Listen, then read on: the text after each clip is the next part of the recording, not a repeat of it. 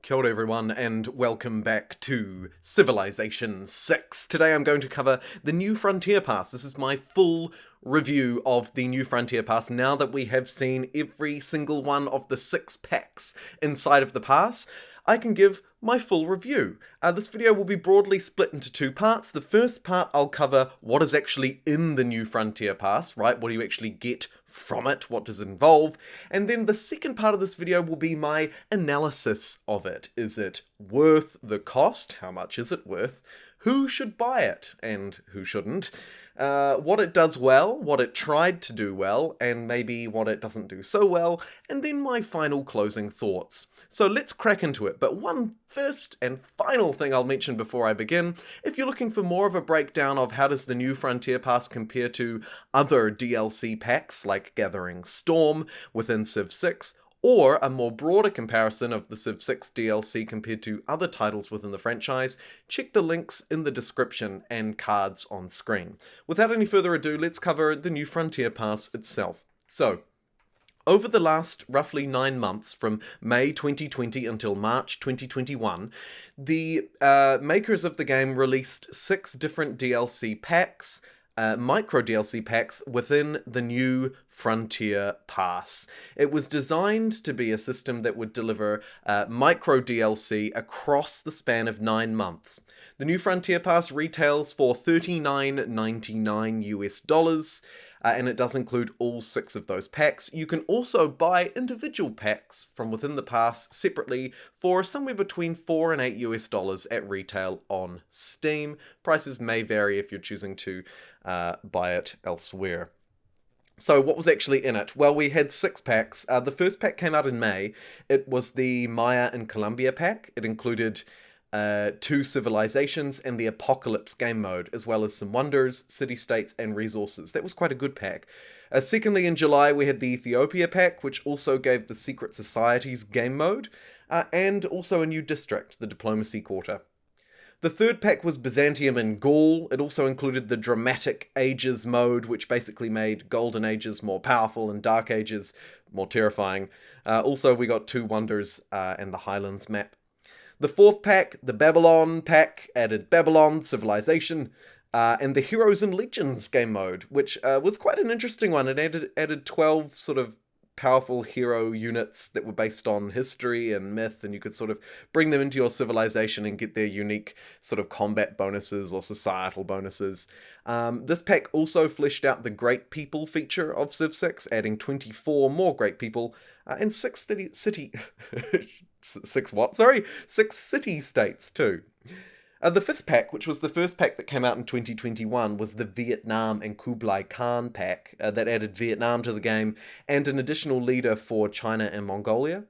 We also saw the release of the Monopolies and Corporations game mode, which was a wonderful throwback to the Civ 4 era, where basically you could monopolize on having a luxury, build a corporation around that one luxury if you were working multiple resources, and maybe eventually have a corporation, potentially a monopoly, a global monopoly on that luxury resource, and that would bring tourism in as well. So that was a good feature at sort of fleshing out the economic aspects of the game.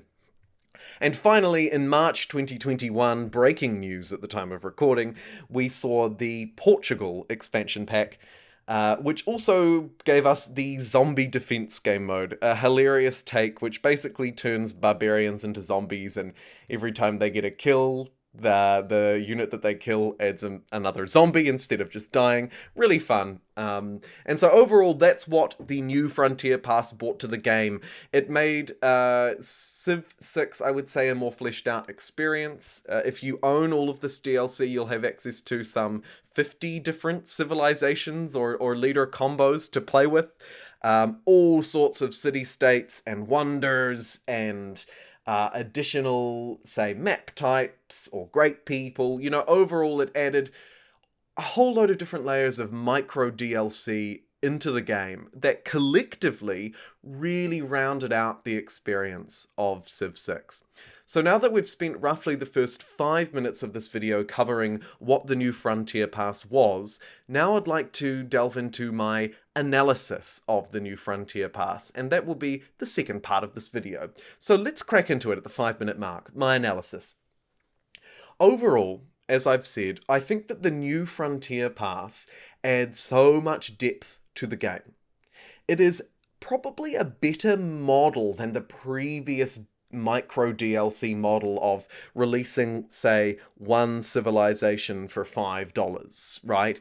This way of doing it and the way of sort of incrementally releasing it and outlaying it really publicly and openly, look, this is what we're going to do, these are the packs you're going to get, was a good move, and I thank the developers for that. Some parts of the Frontier Pass are valued higher than others in terms of dollars, but also intrinsically feel better. The first pack, the Maya and Colombia pack, which also added the Apocalypse game mode, which by the way requires some other DLC, but we'll get to that in a minute. And it added, 4 new wonders and city-states, 2 new resources. Those packs were really important, whereas some of the other ones like, I don't know, the Babylon pack, maybe even the Portugal pack, these were less significant. So there's definitely differences within the pass that should be considered. I would also say that some packs, like 1 or 2, as I've touched on already, require that you have the existing actual full DLC expansions, Rise and Fall, and really more specifically GS, for you to play. That's Gathering Storm. So there are some interdependencies that lead this new Frontier Pass to feel more like the Extra for Experts DLC, rather than a DLC pack you might turn to originally as a buyer and a first-time player. I think that, and the developers have confirmed, that this model of DLC really worked best for active and semi-active players who were brought back into the franchise each month or every second month when this DLC was being released, right? This periodic release model. But now that it's out as one full and discrete piece of DLC, we can treat it in a different way. That being said, the constant add-on value may not stand the test of time now that we're viewing it in this way. So it will be interesting to see how this pack is responded to over time. I expect it will be progressively put on sale for more aggressive discounts over the next 6 to 12 months. The new civs that were added into the game were interesting, most definitely. You can play a civ, maybe you play with it once, maybe twice, but after you've done that, you've kind of learned it and you've sort of discovered everything it had to offer, right? So there's limited replayability with them.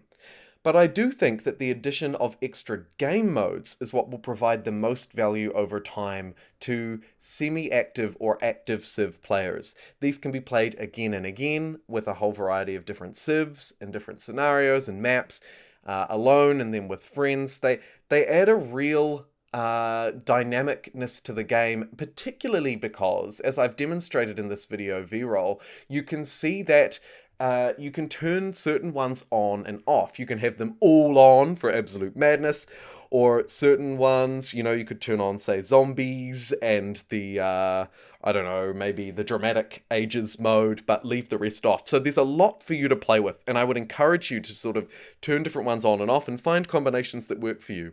And that's where I think that the real value in the new Frontier Pass lies. It lies in turning off and on different modes and customizing the game. And we haven't really seen that level of customization in a very long time within the franchise. So I think the new Frontier Pass does that really well. Now, at the 9-minute mark, here are my closing remarks and my overall thoughts. I think that overall, the new Frontier Pass has added a great deal of diversity and replayability to Civ 6. I think it benefits active, single-player players the most, and multiplayer communities where all players have all of the DLC. And I want to make that really clear. As a single player, you can sort of pick and choose the packs that you want. You may not need to buy the whole pass. But if you're playing multiplayer, you really need to have all of the DLC. So if you're a multiplayer player, I recommend the New Frontier Pass at any time. If you're a really quite active Civ 6 player, I recommend you buy the New Frontier Pass at any time. If, however, you are an occasional player, maybe a slightly new player, maybe you swap between lots of different strategy games and you're not really fully invested into Civ 6, I don't recommend you buy the New Frontier Pass. My advice from my video that I made 10 months ago comparing the New Frontier Pass to the other DLC expansion packs, for the most part, hasn't changed. I would always recommend players buy Gathering Storm first. Gathering Storm is a complete DLC expansion. It also includes most of the features from the previous expansion, Rise and Fall, and it includes enough extra civs and enough new features to keep most players interested and refreshed in the game. So without adding fundamental elements like Rise and Fall, and particularly like Gathering Storm did, the New Frontier Pass is hard to recommend to anybody who doesn't already own Gathering Storm, and if you're a multiplayer player, Rise and Fall as well. However, on sale, and this is crucial, I think at a discount of 50% of its current retail price, that would place it at around $20 US, the New Frontier Pass is a great buy. And if you already own Gathering Storm, and it's 50% off or better for around that $20 US mark, then yes, I would recommend you purchase the New Frontier Pass, purely for those extra game modes, replayability, and lots of fun new civs and leaders you can try. Maybe you once, maybe you don't try them, maybe the AI that you're playing with plays them and it adds a little bit of diversity into the game in that way.